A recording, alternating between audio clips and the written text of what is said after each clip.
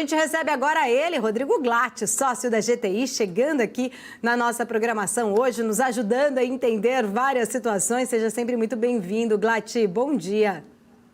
Bom dia, Paula. Obrigado mais uma vez pelo convite. Estamos à disposição para debater diversos assuntos aí. Vamos lá, Rodrigo, não tem como a gente não começar sobre essa movimentação, né, especificamente no dia de hoje de Pão de Açúcar. A gente vê que mesmo com essa aparente queda, né, até grande ali no preço na tela, a gente sabe que isso é um ajuste patrimonial. Queria entender um pouquinho da sua visão. O Grupo Pão de Açúcar ganha valor ou perde valor com essa cisão do Grupo Êxito?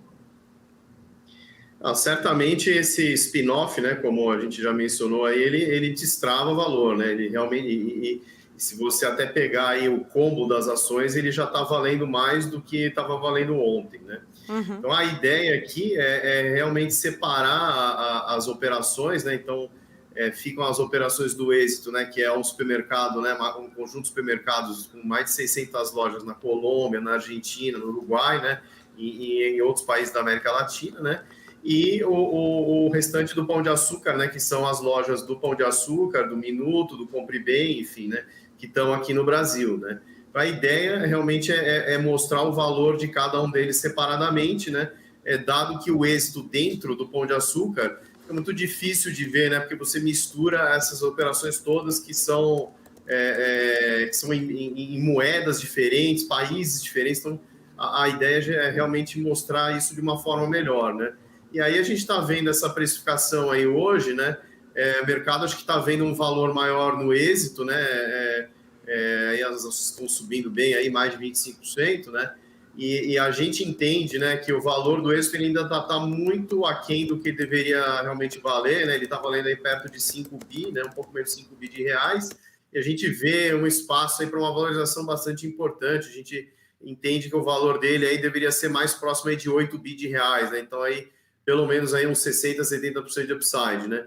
No caso do Pão de Açúcar, acho que com uma dívida um pouco maior, aí a gente vê um valor um pouco menor, mas ainda com upside nesse preço aí, né, de R$6 de tela, né? A gente vê aí mais na casa de R$8, né? Então, acho que o combo, né, de fato, ele deveria valer bem mais, né? E acho que essa operação, na verdade, ele vai deixar isso bem mais claro daqui para frente. Glatt, muito bom dia para você. Com essa cisão, né, já efetivada, fica mais fácil, mais difícil promover toda aquela venda, né, que a gente está vendo, inclusive, essas discussões, né, da venda do Êxito. Isso acaba facilitando, já que houve esse spin-off, e como que isso pode também acabar destravando algum tipo de valor para a própria companhia, para o próprio Pão de Açúcar, ou de repente para o Casino. Como que fica toda essa situação envolvendo essas companhias agora que houve essa cisão? Não, sem dúvida, né? O Casino realmente tem esse plano de fazer esse desinvestimento todo, né, de todas as empresas, né? Ele já fez via várias operações lá no Açaí que ele tinha, né? E provavelmente vai fazer em algum momento nesses dois novos veículos, né? Tanto no Êxito a gente já está distribuindo, ele ainda ficou com uma parte, né? Ele tem 34%, né? Mas a ideia realmente é que com essa liquidez sendo maior aí, né? Com as ações sendo distribuídas aos acionistas de Pão de Açúcar, de fato a liquidez aumente e é isso aí leve a ter um número de investidores maiores, né? Para esse papel e atraiam mais compradores para o papel para que ele possa, em algum momento, se desfazer dessa posição, né? E no caso do Pão de Açúcar também, a mesma coisa, né? Eu acho que Pão de Açúcar no Brasil ainda é um mercado, né, bastante importante, né? Ele é um dos 3, 4 maiores players do Brasil. Acho que é uma operação interessante, né, para um ponto de vista de um investidor novo, né? Acho que muito se especula aí no mercado que podem haver vários operadores de mercado que tenham interesse, né? Já ouvi falar até em operadores nos chilenos, né? No Cencosud, numa Ideal, eventualmente até o Abílio Diniz voltaria a ter interesse, acho que nesse preço, enfim, acho que é um negócio que pode realmente acontecer aí nos próximos meses, né? Dada essa liquidez maior e agora com as operações splitadas ele vale menos, né? Então, se pegar aí o Pão de Açúcar valendo perto de 2 bilhões de reais, parece um negócio muito barato para quem fatura mais de 20, né? E tem um horizonte maior de longo prazo, né? Ô, Glatt, eu estava até dando uma olhada, né? O Pão de Açúcar, ao longo desses últimos meses, valorizou bastante, né? A gente vê a trajetória das ações.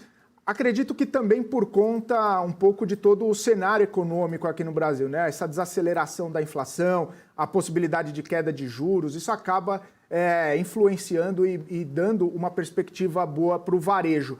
Independentemente dessa cisão, dessas questões mais micro na empresa, o cenário mais macro está influenciando positivamente também essa percepção para Pão de Açúcar e outras varejistas nesse segmento? Como que está essa visão, né, a partir de agora, com o destravamento de algumas pautas econômicas, a melhora na percepção do ambiente econômico também, queda de juros, enfim, esse cenário tende a também puxar essas ações, melhorar a percepção do investidor em relação à companhia e ao setor também. Queria essa visão, por gentileza. Eu acho assim, acho que tem que separar um pouco para trás o que a gente está olhando para frente. Para trás, eu acho que esse cenário mais de inflação maior, de juro maior, ele prejudicou demais a operação dos mercados, né? E acho que isso daí levou principalmente a margens muito apertadas, né? E aí a gente teve correções importantes de preço, principalmente no açaí e no Carrefour. Mateus acho que teve um desempenho melhor, né, nesses últimos meses, porque acho que é uma operação mais resiliente, né?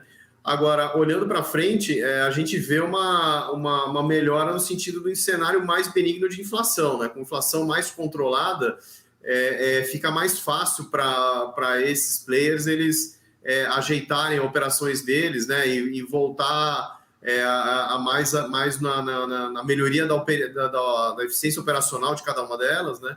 Então, eu acho que buscando aí sempre elevar as margens, né? Então, que é um negócio que eles tiveram muita dificuldade aí para repassar essa inflação mais alta olhando para trás, né? Então, eu acho que para resumir, eu diria que sim, né? Se a gente tiver um cenário mais benigno de inflação, isso pode ser positivo para provavelmente todos o setor, né, de supermercados no Brasil. Sua visão, que empresa pode ter um desempenho melhor, o Glatt? Claro que você olha bastante o Pão de Açúcar e a gente está até conversando sobre ela, mas a gente viu algumas cisões, até teve o açaí, tem o Carrefour que fez também algum tipo de movimentação ali, tem o Pão de Açúcar, enfim, dessas varejistas, né, de alimento nesse setor, qual que é a sua percepção daqui para frente? Que tipo de empresa pode surfar melhor esse momento? Como que você está enxergando esse cenário? Eu acho que todas elas vão ter um cenário um pouco melhor, mas eu diria que acho que o Carrefour acho que tem um trabalho mais importante para fazer para digerir as aquisições todas que eles fizeram, tanto do Big como das lojas do Macro, né? Isso daí ele ficou uma empresa realmente muito grande e que acho que tem um desafio operacional para integrar todas essas aquisições que ele fez, né? Eu acho que o açaí acho que teve essa questão da diminuição do ritmo do crescimento, acho que também teve uma reversão de expectativas, né, no mercado, acho que tinha na conta aí um crescimento mais acelerado, mas essas margens menores aí acho que preocuparam e acho que devem desacelerar um pouco o ritmo de crescimento, né. Eu acho que o Mateus continua crescendo bastante, né, acho que continua num patamar de rentabilidade bom, e o Pão de Açúcar acho que é o que mais tem para recuperar, no fundo, porque ele está operando em margens muito baixas ainda, né? Apesar de ter uma dívida ainda um pouco alta, a gente entende que ele por atuar, né, ter um mix maior no segmento premium, ele provavelmente tem mais margem, né, mais pontos de margem para recuperar nos próximos anos, né? Então a gente vê ele operando hoje na casa de 6, 7% de margem EBITDA, provavelmente a gente vai ver aí nos próximos anos ele operar mais perto de 9%, né? E se isso acontecer, provavelmente a gente vai ver uma revisão aí do sell side, né, das casas de cobertura, enfim, e acho que aí vão ver com um cenário um pouco melhor mais para frente, né? Mas acho que isso num horizonte um pouco mais longo, vamos dizer assim. Maravilha. Ô, Glatt, posso mudar um pouquinho de assunto, né? Porque, claro que a gente sempre fala também a respeito de Petrobras, né? E aí a gente olhando o desempenho hoje do Ibovespa, né? Até tava brincando aqui, li uns comentários que, poxa, petróleo sobe, Petrobras sobe, petróleo cai, Petrobras sobe. Enfim, fazendo uma brincadeira aí com essa pujança da companhia ao longo dos últimos meses. E parece, né, até um relatório do BTG hoje falando que o aumento do combustível na semana passada acabou até afastando um pouco o grande risco que se via na companhia, que era de uma possível interferência governamental, alguma questão de governança na companhia. Dado esse aumento no preço dos combustíveis, esse risco está completamente afastado? Os investidores podem ter uma perspectiva melhor ainda para a Petrobras ao longo dos próximos tempos, justamente porque se mostrou que não existe talvez um problema de governança ou não possa haver um problema de governança? Esse tema estaria superado? Essa seria a grande questão, a grande dúvida, né? Qual que é a sua visão a respeito disso? Eu acho que esse tema não está superado. Na verdade, assim, o que o mercado teve muito medo é realmente de que em uma situação de estresse, vamos dizer assim, eles continuassem operando com uma defasagem muito grande em relação à política internacional de preços, né? Então, se você pegar aí há 3 semanas atrás, a gente estava vendo aí uma defasagem quase perto de 30%, né? O que é uma defasagem muito grande, né? E que, na verdade, já era um medo, né, que o mercado tinha, acho que desde a eleição do Lula no ano passado, né? Então, eu acho que assim... E aí, na verdade, como a resposta da empresa ela foi num sentido de haver uma correção, de certa forma, acho que acentuada, né? Ele corrigiu esse preço aí para uma casa aí de 15%, 10%, 15%, né, de defasagem. Então, o mercado viu isso de uma forma positiva, né? E vamos dizer que está sendo mais benevolente com a empresa no sentido de ela operar com essa defasagem aí nessa magnitude, né? O que a gente aqui acha ruim, mas assim um pouco, talvez seja um pouco melhor do que se esperava anteriormente, vamos dizer assim. Então, acho que é essa visão mais benigna, né, que o mercado está tendo, né, em relação à empresa. Acho que também a política de dividendos ela mudou um pouco, mas ela não vai se alterar da forma que se esperava antigamente, né? Então, a gente, né, tem visto aí não só essas últimas duas de hoje, né, do BTG e da Bank of America, mas outras casas aí tendo uma visão mais positiva aí nas últimas semanas, com essa percepção de risco menor, né? Agora, de fato, a gente não viu, assim, acho que é um período ainda curto, né? E a gente pode, eventualmente, ver algumas outras demonstrações de ingerência mais para frente, né? Mas, até agora, a gente realmente só viu uma diminuição das coisas das maldades que poderiam ser feitas, e elas não vão ser feitas na intensidade do que se esperava, vamos dizer assim. Ô Glatt, estava até olhando nessa movimentação toda de hoje. Isso tem a ver ou pode ter a ver com o parecer da Advocacia Geral da União a respeito da exploração lá na margem equatorial? Muito embora não tenha nada ganho ainda, né, ou garantido que o IBAMA possa rever, possa liberar e tudo mais, mas esse parecer da AGU acaba tirando um pouco do receio daquela região, da exploração naquela região, tá realmente impedido. Isso pode também estar contribuindo, além, claro, dessas revisões, desses relatórios de grandes casas aí, essa percepção da Advocacia Geral da União pode também estar contribuindo com a aceleração dos investimentos por aqui? Eu acho que sim, é uma notícia positiva, de fato, porque, na verdade, essa questão ela é uma questão puramente política, né? E aí a gente vê principalmente a Marina Silva de um lado contra o Alexandre Silveira, que é o ministro das Minas e Energia, e o Prats do outro lado, né?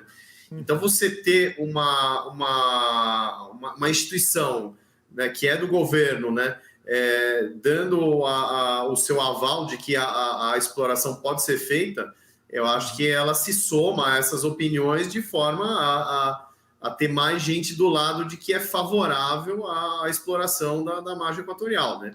Então, eu acho que é uma questão de evoluir esse processo para que se permita que a empresa possa fazer os investimentos, e que a gente também considera que são investimentos relevantes e bastante importantes para o futuro da empresa, né? Porque, na verdade, os postos do pré-sal eles vão ter o ápice, né, em alguns anos, mas depois a empresa precisa buscar novas fontes de exploração de petróleo para continuar produzindo, né?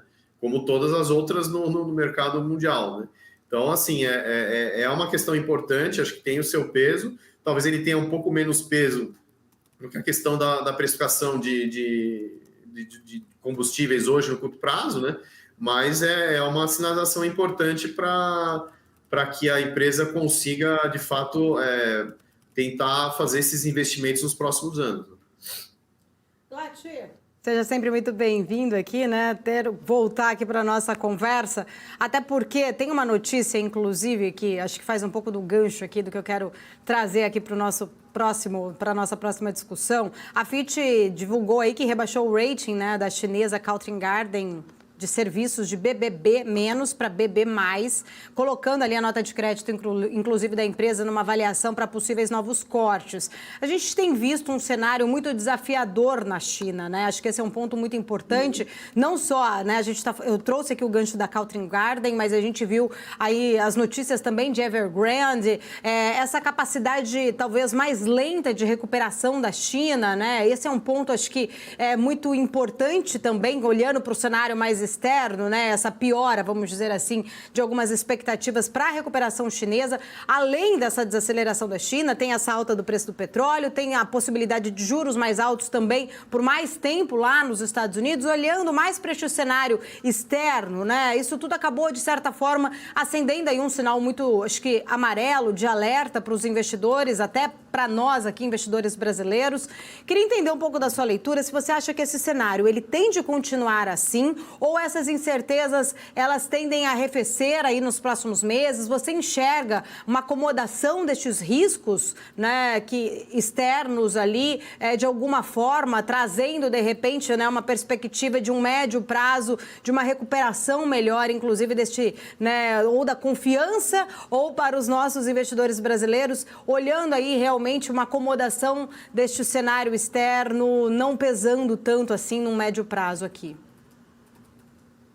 Eu continuo, a gente aqui continua com essa mesma visão de um cenário mais benigno, né, de um soft landing, vamos dizer assim, né, que o mercado gosta de se expressar dessa forma, enfim, né.